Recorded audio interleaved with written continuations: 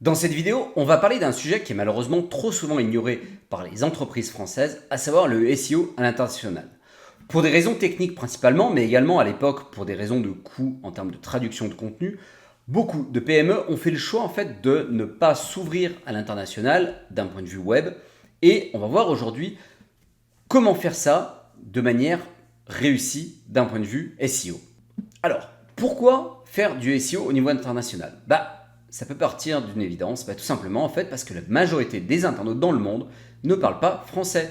Donc, en ignorant les marchés internationaux, vous vous privez de milliards d'utilisateurs potentiels qui pourraient potentiellement rechercher des produits ou des services comme les vôtres. Il faut avant tout différencier le multilingue du multinational d'un point de vue SEO. Qu'est-ce que c'est qu'un site multilingue? C'est un site qui va exister dans plusieurs langues dans le même pays. Par exemple, un site canadien qui va exister avec les versions françaises et anglaises, suivant si on cible Québec ou le reste du Canada.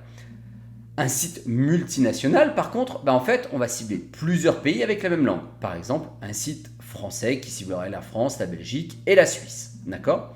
On peut aussi avoir les deux combinés. Par exemple, cibler plusieurs pays et plusieurs langues. C'est par exemple le cas si on veut avoir un site e-commerce européen qui va cibler tous les pays européens. Il va nous falloir finalement cibler plusieurs pays et plusieurs langues. Quand on veut s'attaquer au SEO au niveau international, on va avoir plusieurs défis à relever. Primo, c'est que le comportement de recherche va être différent en fait en fonction des pays. Un Français ne fera pas ces mêmes recherches qu'un Argentin ou alors qu'un Chinois. On peut aussi faire face à une concurrence locale établie. C'est même souvent le cas, puisque chaque marché a finalement ses leaders historiques, parfois avec des fortes autorités au niveau de leur site. Et donc, il va falloir aller bagarrer finalement avec des acteurs locaux qui peuvent parfois être très forts. On peut aussi avoir des problématiques liées à la culture ou à la saisonnalité. Les pics de recherche, ça peut varier suivant les pays. Par exemple, le Black Friday aux US, il va être beaucoup plus important qu'en France. Et si on compare ça aux Single Days en Chine, par contre, les Single Days en Chine ont peut-être encore plus d'importance que le Black Friday aux USA. Il faut aussi penser à des détails, mais les saisons, elles sont inversées entre l'hémisphère nord et l'hémisphère sud. C'est-à-dire que si par exemple vous vendez des bonnets de ski, vous ne les vendrez pas au même moment à un Français qu'à un Australien. Dernier challenge que vous allez devoir gérer avec le SEO au niveau international, ça va être une certaine complexité technique qui va être multipliée parce qu'il va falloir gérer les hreflang, l'architecture des URL qui va être différente, les redirections en fonction des pays, peut-être des questions d'hébergement si vous ciblez plusieurs pays à travers le monde, etc., etc. La première étape que je vous recommande si vous voulez faire de l'SEO international, ça va être tout simplement d'analyser le potentiel. Alors pour ça, comment? Primo, le volume de recherche. Est-ce que dans le pays, c'est un produit qui est recherché ou pas? Typiquement, si vous proposez des volets en bois et que vous cherchez à les vendre en Allemagne, vous n'allez pas être très riche puisque ils n'en utilisent pas. Le volume de recherche va être donc beaucoup plus faible qu'en France. Peut-être que ce n'est pas un mot-clé qu'il va falloir cibler sur ce pays-là. Ça peut être également le niveau de concurrence locale. Vous souhaitez attaquer un nouveau pays, peut-être que le niveau de concurrence est extrêmement élevé et que vous savez qu'à court ou moyen terme, vous n'avez aucune chance de vous positionner. Peut-être qu'il faudra cibler un autre pays à la concurrence plus faible pour commencer et n'attaquer ce pays-là que plus tard. Tout ça, on pourrait le résumer sous la notion de potentiel commercial du marché. Qu'est-ce que ça veut dire? Est-ce que le volume de recherche est bon? Est-ce que le niveau de concurrence est acceptable? Et si oui, probablement que ça veut dire qu'on a un intérêt à aller attaquer ce marché. Comment faire pour étudier la concurrence locale? Primo, ça va être tout simple, ça va être d'identifier les leaders locaux. Pour ça, rien de plus simple, vous prenez vos principaux mots-clés et vous allez analyser dans le pays cible et noter qui domine les 3 premières positions. Pour ça, vous avez des outils comme YouSearchFrom qui est gratuit, qui vous permet de faire une recherche Google comme si vous étiez basé dans le pays. Ensuite, on va étudier leur stratégie SEO. Est-ce que finalement ils font beaucoup de contenu? Est-ce qu'ils ont bien travaillé leur maillage interne? Est-ce qu'ils ont beaucoup de backlinks? Est-ce qu'ils ont créé beaucoup de contenu sur leur site? Ça va impliquer aussi de trouver des opportunités, c'est-à-dire qu'on va essayer d'identifier les mots-clés où là la concurrence a moins bien travaillé, des sujets finalement qui n'ont peut-être pas été couverts ou des angles qui n'ont pas encore été approchés par nos concurrents. Et en dernier lieu, on va surtout évaluer la difficulté d'entrée. En effet, si vous trouvez un marché où les concurrents ont fait plus de contenu et ont beaucoup plus de backlinks que vous, alors peut-être que ce n'est pas le bon moment pour aller attaquer ce marché. La recherche de mots-clés multilingues, ça va bien au-delà de la simple traduction d'un mot-clé. Parce que chaque langue, elle a ses propres nuances, ses expressions idiomatiques et ses façons de formuler les besoins. Pour ça, je vous recommande d'utiliser certains outils. Par exemple, Ahrefs ou au pire SEMrush avec le ciblage géographique. Sinon, ça peut être le Google Keyword Planner local. Ça peut être aussi parfois Answer the Public pour trouver des questions finalement dans la langue que vous allez cibler. Vous allez aussi devoir utiliser des expressions culturelles spécifiques. Alors, essayez de bien rechercher les termes que seuls les natifs utilisent. Ou alors, ça par exemple, que les marques locales qui dominent le marché vont utiliser. D'accord ? Pour utiliser Google Suggest local, pour ça, rien de plus simple, vous utilisez votre VPN et puis vous essayez de creuser tout ça. Le top du top, si vous le pouvez, ça va être de valider tout ça avec des natifs. C'est-à-dire que demander à des personnes du cru, est-ce que pour lui, le mot-clé est bien le bon ou pas. Quand vous souhaitez attaquer l'international, il y a plusieurs stratégies. Primo, ça va être d'opter pour un sous-domaine. Par exemple, fr.monsite.fr ou fr.shopify.com. L'avantage, c'est que généralement, vous allez pouvoir être plus flexible d'un point de vue technique, puisque finalement, c'est presque un site à part. C'est plutôt plus simple, si vous souhaitez géolocaliser votre serveur dans le pays de destination, d'avoir un sous-domaine plutôt qu'un domaine. Ça permet généralement aux équipes d'être un poil plus autonomes pour leur marché et d'offrir une personnalisation un peu plus poussée. Par contre, ça a pas mal d'inconvénients, notamment une dilution de l'autorité de domaine puisque c'est presque vu comme un domaine différent par Google. C'est généralement aussi souvent un peu plus complexe parce que à gérer c'est moins simple que notamment les dossiers qu'on va voir après. Ça peut parfois impliquer des coûts de développement plus élevés et du coup une maintenance multipliée. Généralement, c'est plutôt le genre de choix qui est fait pour des grandes entreprises avec des gros budgets. D'accord ? Autre solution, celle qui est généralement préférée, parce que c'est probablement celle qui est la plus efficace, c'est de prendre des sous-répertoires. Plusieurs avantages à ça. L'autorité de domaine, en fait, ça va profiter à toutes les versions linguistiques. La deuxième stratégie, ça va être d'opter pour des sous-répertoires. C'est généralement la solution qui va être préférée. Pourquoi ? Tout simplement en fait parce que l'autorité du domaine, elle va être répartie entre toutes les versions linguistiques. C'est-à-dire que toutes les versions vont contribuer à donner de l'autorité au site au global. C'est aussi généralement plus simple à gérer techniquement et ça permet un déploiement plus rapide de nouvelles fonctionnalités puisque vous n'avez qu'un seul site à gérer. Quelques petits inconvénients, un peu moins de flexibilité pour gérer la géolocalisation au niveau du serveur. Ça permet souvent une personnalisation un peu plus limitée pour chaque marché et du coup vous avez une vraie dépendance technique entre les versions. C'est généralement ce choix qui est fait pour les PME ou les entreprises avec des budgets plutôt restreints parce que c'est probablement la solution qui offre le meilleur ROI au niveau SEO. Exemple réussi d'utilisation de sous-répertoire, airbnb.com, A1/FR pour la France, DE pour l'Allemagne, ES pour l'Espagne. Ça permet d'avoir une structure claire. L'autorité, elle est répartie grâce à tous les pays au niveau de Airbnb Monde. Et ça permet surtout une gestion centralisée, efficace du site. Troisième stratégie, c'est d'avoir des domaines séparés. C'est-à-dire que chaque nom de domaine correspondra à un pays. Par exemple, un .fr pour la France, un .de pour l'Allemagne, un .co.uk pour l'Angleterre. Ça envoie un vrai signal de confiance pour les utilisateurs parce qu'ils ont l'impression que le site est vraiment pensé intégralement pour eux et leur pays. C'est également un petit intérêt d'un point de vue SEO puisque en utilisant un ndd.fr par exemple pour la France, ça donne un très léger boost probablement pour mieux ranker. D'accord ? On l'a vu donc, la confiance locale, elle va être maximum, donc on va probablement aussi avoir un meilleur taux de conversion. Attention par contre, quelques inconvénients, notamment en termes de coûts et de complexité, puisqu'il va falloir autant de sites différents. Ça va multiplier également les coûts d'hébergement, de certificats SSL, de maintenance, etc. Autre inconvénient encore, l'autorité, elle ne va pas être partagée entre les différents sites. Parlons maintenant rapidement de la balise hreflang. C'est probablement la clé du succès si vous voulez bien réussir votre SEO à l'international.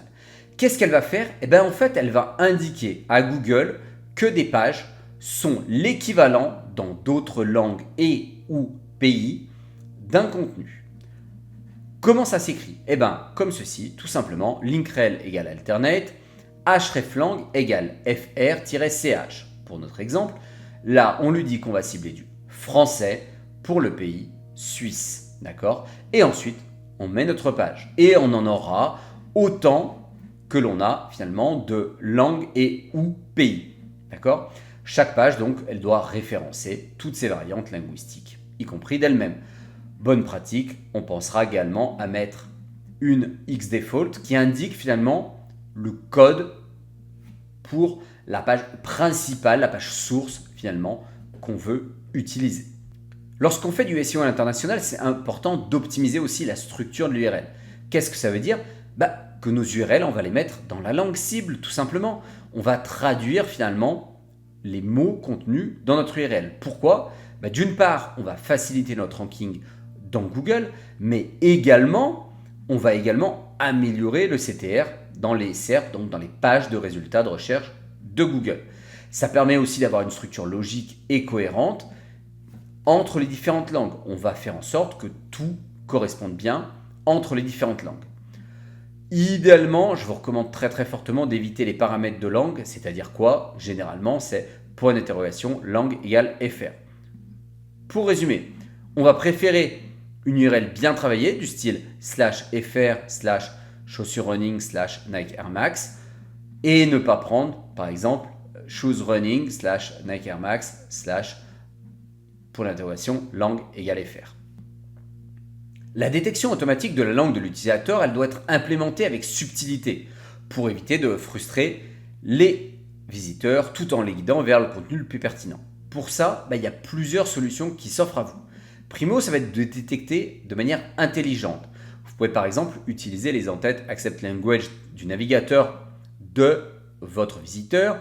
On peut aussi se baser sur la géolocalisation de votre utilisateur, c'est-à-dire là où il est basé physiquement. Tout ça, ça vous permet en fait de, en général, trouver assez rapidement la bonne version à afficher à votre internaute. Autre bonne pratique, ça va être de proposer sans imposer. C'est probablement ce que vous trouverez sur le site Apple si vous vous y rendez. Il va vous afficher une bannière discrète ou une petite pop-up, ça dépend, en vous suggérant d'utiliser une version plutôt qu'une autre. Vous pouvez ainsi parfaitement refuser la langue locale si vous estimez que ce n'est pas la meilleure pour vous. Autre bonne pratique, ça va être de faciliter le changement. Proposer un bouton assez visible pour changer la langue et ou le pays, c'est quelque chose d'assez important. Surtout, évitez en tout cas d'être agressif avec l'utilisateur, c'est-à-dire de le forcer vers une version et de l'empêcher derrière de retourner sur une autre langue. Faire du SEO à l'international, c'est aller au-delà de la simple traduction. Qu'est-ce que j'entends par là?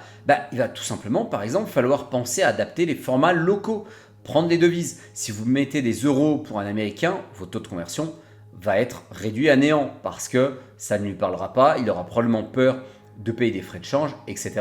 etc. Les formats de date, un Américain n'a pas le même format de date qu'un Français, par exemple. Donc, il faudra adapter tout ça, de même pour les unités de mesure, etc. etc. Ici, je vous ai parlé des numéros de téléphone. Là aussi, c'est un truc hyper intéressant. Si vous pouvez mettre un numéro de téléphone local, quitte à ce qu'il redirige, ça peut être également un très bon élément pour améliorer votre taux de conversion. Si possible, essayez d'inclure des références culturelles. Tous les pays sont différents. Si vous pouvez arriver à mettre quelques références propres au pays dans vos contenus, là encore, ça va être un élément qui va permettre de rassurer l'internaute et donc d'améliorer son taux de conversion. On parle maintenant d'usage de cas locaux. Finalement, si vous pouvez avoir des témoignages de clients, par exemple, de votre marché cible, en utilisant des noms, des prénoms, des noms d'entreprise, qui seront connus des utilisateurs locaux, là encore, vous allez rassurer l'internaute et plus convertir. En dernier lieu, je vous suggère d'adapter le ton. En effet, dans certains pays, le tutoiement est plutôt facile, je pense par exemple à l'Espagne. A l'inverse, dans d'autres pays, le tutoiement sera plutôt mal vu. Typiquement en Allemagne, si vous tutoyez, vous risquez dans de nombreux cas de froisser un petit peu votre utilisateur. Je vous recommande fortement d'optimiser aussi vos mots-clés en fonction du pays. Essayez de chercher des synonymes dans le pays. Par exemple, si on prenait l'exemple de la voiture, on pourrait très bien dire voiture ou auto ou même bagnole si on voulait utiliser un terme un petit peu plus familier. D'accord ? On pourrait par exemple dire shopping ou emplette ou course. D'accord ? Et essayer de varier les synonymes d'un point de vue local. Là aussi, ça va permettre non seulement d'enrichir d'un point de vue sémantique votre contenu, mais aussi tout simplement de mieux convertir vos visiteurs. Les expressions populaires régionales sur certaines régions et ou pays, vous avez des expressions idiomatiques qui sont propres. Par exemple, en France, on va parler facilement de bon plan, là où nos amis québécois, eux, utiliseront le terme d'aubaine. Si vous souhaitez travailler avec le Québec, optez plutôt pour ce terme plutôt que bon plan, qui lui est plutôt typique à la France. En dernier lieu, moi ce que je vous recommande vraiment, ça va être de faire valider votre contenu, notamment sur les pages les plus importantes, par un natif. Parce que lui, justement, il saura vous dire tout ce petit genre d'éléments qui, vous, ne vous choquera peut-être pas, mais qui, eux, les choqueront peut-être. On va maintenant parler de technique. 4 éléments que je veux creuser un petit peu avec vous. Idéalement, moi je vous recommande d'opter pour un CDN. On en a déjà parlé dans une autre vidéo. Un CDN du type Cloudflare va vous permettre en fait de livrer plus rapidement du contenu aux internautes aux 4 coins du globe. Et c'est une solution gratuite, hyper simple à mettre en place, qui vous permettra d'être plus efficace, d'être plus rapide et donc de mieux ranker, mais aussi d'améliorer votre taux de conversion. Idéalement, on a rapidement parlé dans cette vidéo, les signaux de localisation. Si vous pouvez vous le permettre, essayez d'indiquer des adresses physiques ou des numéros de téléphone locaux. Faites en sorte que les mentions légales soient conformes au pays. Et si vous le pouvez, précisez dedans des partenaires locaux reconnus. Ça améliorera notamment votre taux de conversion.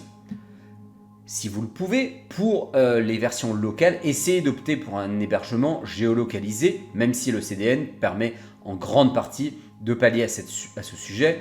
Idéalement, si vous pouvez vous permettre d'avoir un hébergement géolocalisé, ça reste toujours mieux. Petit détail, mais assurez-vous d'être en conformité au niveau de vos certificats SSL, du RGPD, etc. Tous les pays n'ont pas les mêmes contraintes. Essayez de faire en sorte que votre site soit en conformité avec tous les pays que vous allez cibler. Vous avez mis en place votre SEO à l'international, c'est bien. Maintenant, il ne vous reste plus qu'à mesurer le succès par marché. Pourquoi je vous suggère de fonctionner par marché ? Tout simplement pour avoir une approche plus granulaire et d'identifier finalement les vraies opportunités que vous avez, parce que certains pays marcheront mieux que d'autres pour différentes raisons. Peut-être parce que les clients achètent plus facilement votre produit, ou peut-être parce que vous avez mieux ranké, etc., etc. Pour ça, plusieurs outils. Primo, la GSC, parce que vous allez pouvoir segmenter par pays et par requête, et donc voir là où vous rankez plus ou moins bien. Je vous recommande aussi Analytics.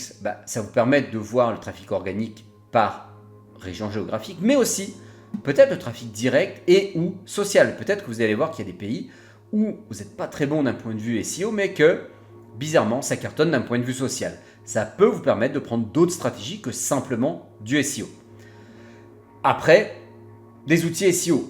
Un outil de suivi des positions pour suivre sur les mots-clés locaux. Pour ça, rapprochez-vous d'outils de type Monitorank qui vous permettent géographiquement de cibler les mots-clés, par exemple, que vous allez vouloir suivre. Si vous disposez d'une solution Analytics propre à l'e-commerce, vous pouvez aussi regarder tout ce qui est taux de conversion par marché. Ça peut être très intéressant. Il y a peut-être un marché où vous rankez très mal, mais peut-être le taux de conversion est fantastique. Alors dans ce cas-là, vous allez peut-être prioriser ce marché pour mieux ranker demain afin d'exploser votre chiffre d'affaires.